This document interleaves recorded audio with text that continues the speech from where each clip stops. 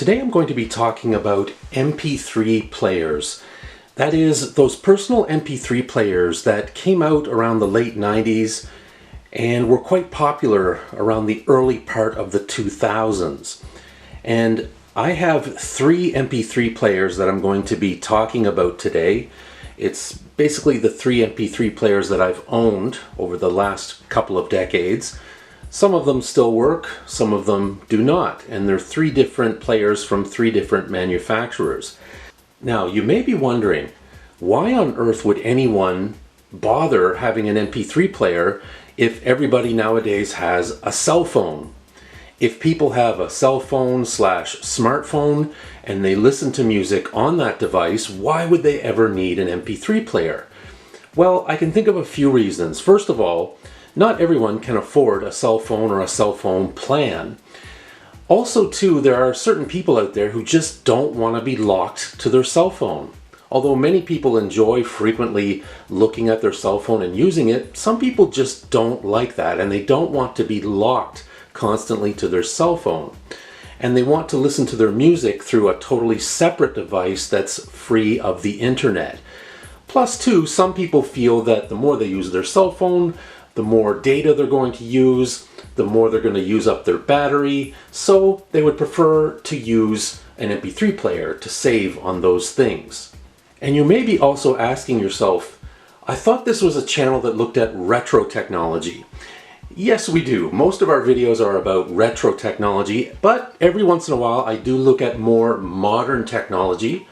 And like I said at the beginning of the video, really the heyday of these personal MP3 players, in my opinion, was around the early 2000s, mid 2000s. So we're talking 15 to 20 years ago, which certainly wasn't yesterday. So to that regard, to me they are kind of retro. Okay, as I mentioned, I have three MP3 players that I'm going to be talking about today. Now, starting at the top left and going clockwise, I have, this one is an RCA Lira. That's the first MP3 player I ever owned. Over here we have a Sylvania model. And finally we have a Kobe model. And I actually still use this one in present day. I enjoy MP3 players a lot. Again, as I mentioned earlier, I'm not really a hardcore cell phone guy. Yes, I do use a cell phone. I use it a lot for my work, but it's not something that I'm on 6, 7, 8 hours a day like some people. So in that respect, I do really like MP3 players. And you may be thinking that MP3 players are dead. They actually are not. They're still being manufactured. You can still very easily purchase them in major retailers and online. So there's still quite an audience for them. There's still people out there still consuming them and using them. Now, this first one here on the top left, as I mentioned, is a RCA Lira. And we have a display screen here, and we have a switch over here for going back or forward with the songs. We have a plus symbol at the top and a minus symbol at the bottom. And just over here on the left is actually a USB stick. So you can connect it to your laptop to both charge the MP3 player and to transfer files to the player and to refresh the files. Over here we have our headphone jack. We have a lock button.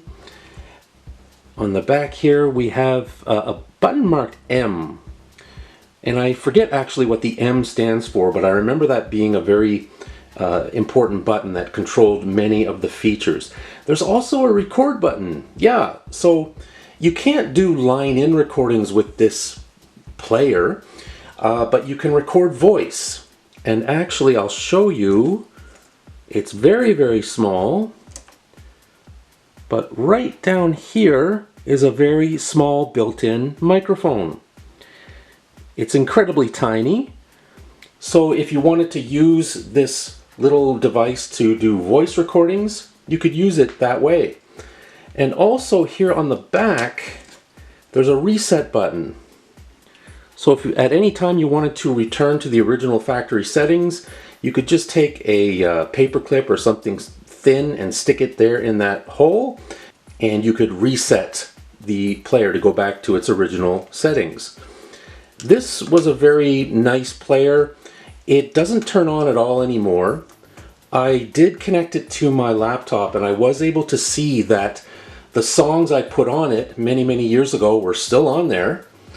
But the device itself won't turn on. I don't know what's going on, but basically even though I left it charging on my laptop for quite some time, it won't charge. It won't turn on, I should say. So there's something going on there. Now, with MP3 players, it goes without saying that they're cheap, they're inexpensive, so if one breaks, if you were brave enough and if you were knowledgeable enough to crack it open and fix it, go for it, all the more power to you. I know I certainly couldn't do that myself. So really, MP3 players were always kind of disposable in that way. Usually if one broke, you just went out and bought another one. And that's really how it went with these MP3 players. And I'll also mention, I think the last time I used this MP3 player was around 2008, so about 14 years ago. And it's quite amazing that the songs, when I hooked it up to my laptop, the songs that were still there in the memory. But again, it won't turn on. Now this next one is Sylvania, and I think it's really interesting. The overall design of this one, it looks like they were really trying to mimic an iPhone in many senses. Of course, it's smaller than an iPhone, but the general layout and the general design, to me, always looked very much like an iPhone. So you have your display screen up there at the top, you have your control buttons here, you have play, pause, forwards, backwards, volume control, all of those things. Here at the bottom, you have your headphone jack, and you have your special jack there to charge the MP3 player. Again, you could use that to hook it up to your laptop to put new files or new songs on it, and also to charge the internal battery.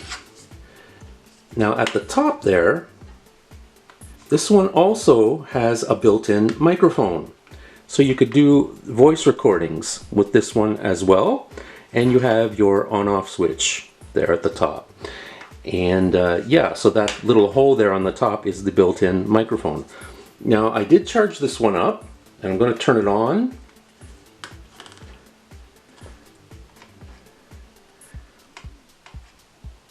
So we see there that it did come on. I know the screen probably doesn't look very bright, but it does tell you there's like various options. You can scroll through and you can choose to listen to music and all the other features that you can do with this little MP3 player. Now for this one as well, again, it does turn on and you can play files. And again, there were files on this that I think I put on there back in 2012, 2013, somewhere around there. And they're still on there. And the thing still comes on and still works. So definitely a really nice little MP3 player. And we see on the back there's still a little button showing that it passed quality control. And I will mention that the model number of this player is a Sylvania SMPK2083. Now the final one is my Kobe. And this is a cheap little brand that you see in major retailers. It's very tiny, as you can see. If you are familiar with Triscuit, there's a cracker, a very popular cracker called Triscuit. This is almost exactly the same size as a Triscuit. Very small, very lightweight. You could very easily put it in a pocket. We have the display screen here. We have the main control button here. This button does many different features. It lets you move through all the different menu screens. On the bottom here, you have the jack to connect to a laptop, again to charge it or to put new files on it. And at the top there we have our power button, and we also have a reset button right there. And again, it's recessed, so you'd have to push it with a needle or a paper clip that you've unfolded. There's a little slot here if you want to put on a strap or some little string to wear it around your wrist or around your neck. We have the volume control here on the left, and we have the headphone jack right there. And that's pretty much the Kobe. When I turn it over, it tells us that it is 4 gigabyte. Yeah, so not a lot of space. You could certainly fit a few hundred songs on it. For some people that wouldn't be enough, but for me it was always plenty. And of course you always had the option to switch out the songs and put on new songs anytime you liked. And we can see on this one, it also still has the quality control sticker on it. My biggest complaint about the Kobe is that the volume is very, very quiet. Even if you turn the volume up as loud as it will go, it's still really quiet. I wish the volume was a little bit more stronger. So that's my look at these 3 MP3 players that I've enjoyed over the past 20 years or so. Again, some of them I got many years of use, some of them I only got 2 or 3 years of use, so it really varied. But again, MP3 players are so inexpensive that they're really quite disposable, and if one happens to break for you, you can just turn around and go get another one. Thank you for watching my video. I hope you can join us again next time. And what about you? Do you use MP3 players? Do you have a favorite brand?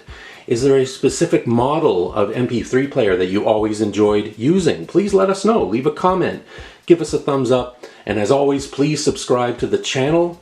I post new tech videos every week. And the best way to stay on top of all the latest reviews is to subscribe. It won't cost you anything. There's no obligation. But certainly every time someone subscribes to my channel, it really helps my channel grow. So thank you very much.